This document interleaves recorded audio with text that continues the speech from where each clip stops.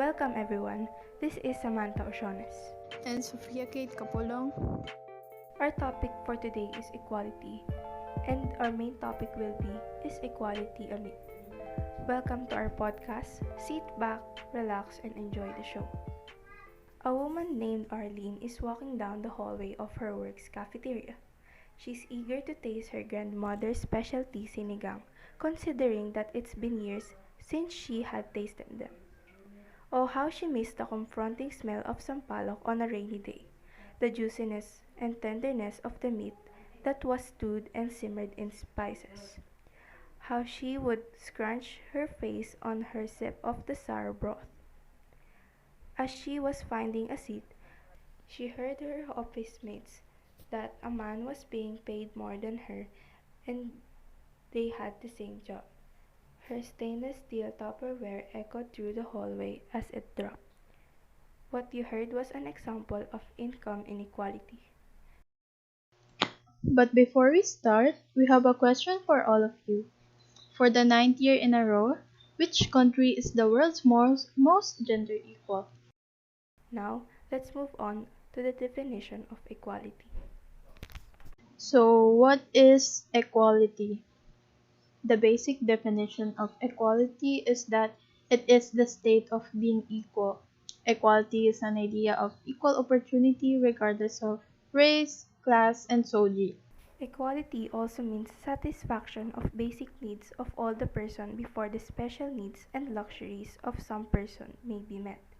It also advocates an equitable and fair distribution of wealth and resources, minimum possible gap between rich and poor. The next question is, what is the importance of equality? Equality promotes economic and social growth.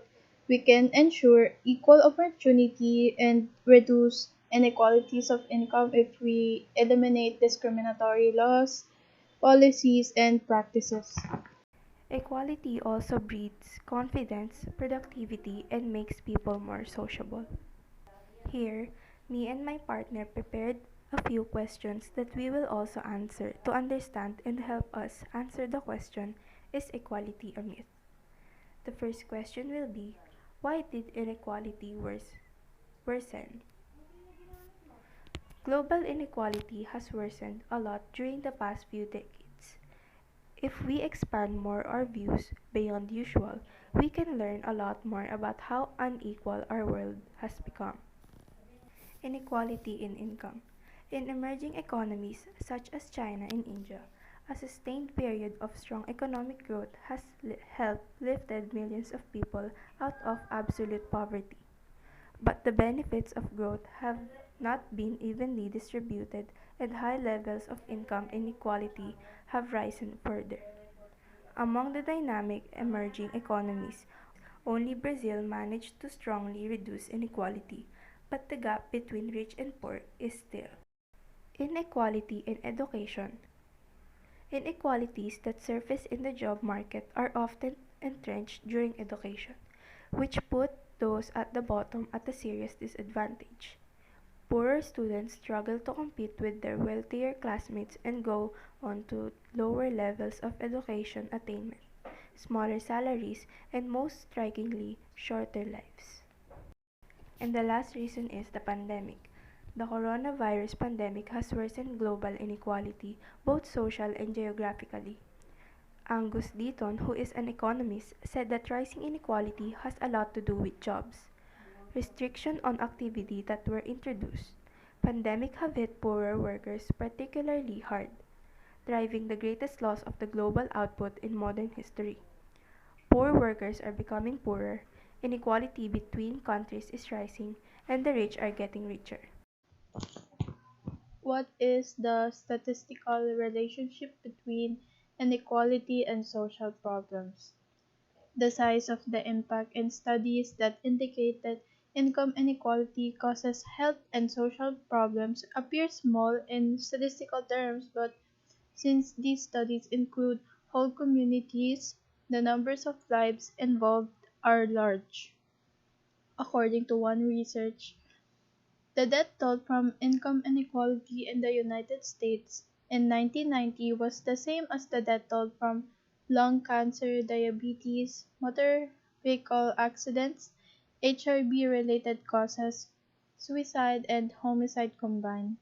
However, not all studies have shown that income inequality has an independent impact on this health and social issues.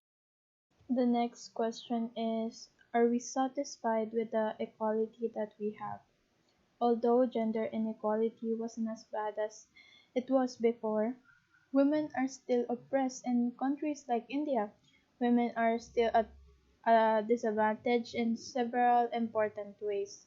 In April 2019, however, 5 million women in India formed a 385-mile-long human protest, ensuring the year started with demands for gender equality squarely at the forefront. The year continued with global demands for equal pay, reproductive rights, representation in government, and much more. That's good to hear. I really hope that they'll have some progress and that their government will hopefully hear their voices. Gender inequality is not only an issue in India, it's an issue all around the world. In my opinion, no. Why? Because we have no equality today. I haven't seen any of that. Yes, people to gender equality, but how about the people who are in need? The person who do farming just to feed their children. Government all over the world should at least see that these problems not only gender equality, but income equality, political equality, and more should be recognized as well. To sum up everything that has been stated so far, although equality is hard to achieve, it certainly is not a myth.